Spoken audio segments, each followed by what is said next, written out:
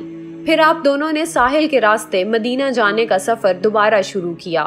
100 اونٹوں کا انعام سن کر بہت سے لوگ آپ صلی اللہ علیہ وآلہ وسلم کی تلاش میں نکلے۔ حضرت ابو بکر وہاں تجارت کی غرض سے آتے تھے، لہٰذا آپ کو کافی لوگ جانتے تھے۔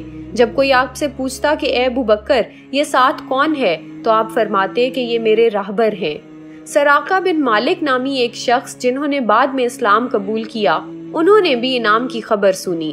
انہوں نے بعد میں خود بیان فرمایا کہ میرے پاس ایک شخص آیا اور بولا کہ سراقہ، میں نے ساحل کے قریب کچھ لوگوں کو جاتے دیکھا ہے اور مجھے لگتا ہے کہ وہی محمد صلی اللہ علیہ وآلہ وسلم اور ان کے ساتھی ہیں۔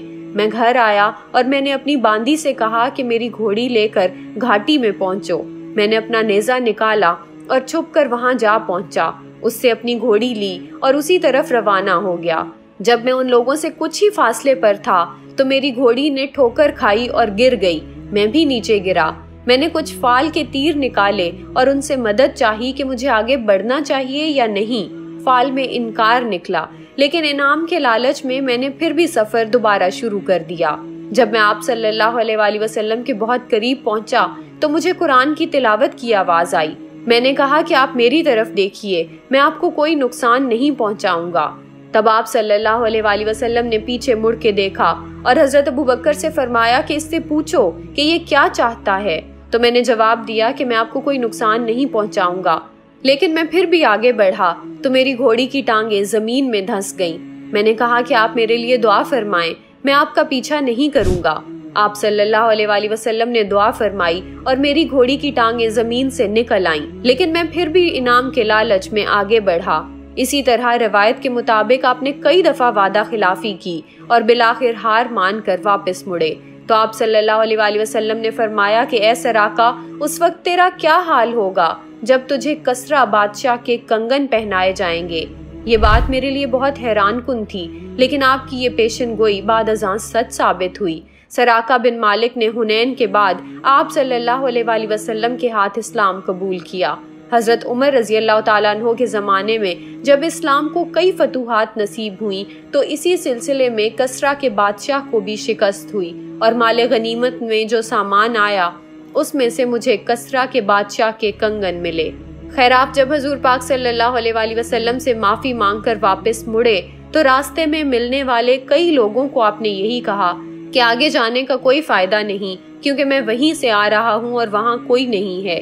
اور اس طرح حضرت محمد صلی اللہ علیہ وآلہ وسلم اپنے ساتھیوں کے ساتھ مدینہ منورہ پہنچے اور اس کے بعد آپ کی مدنی زندگی کا آغاز ہوا۔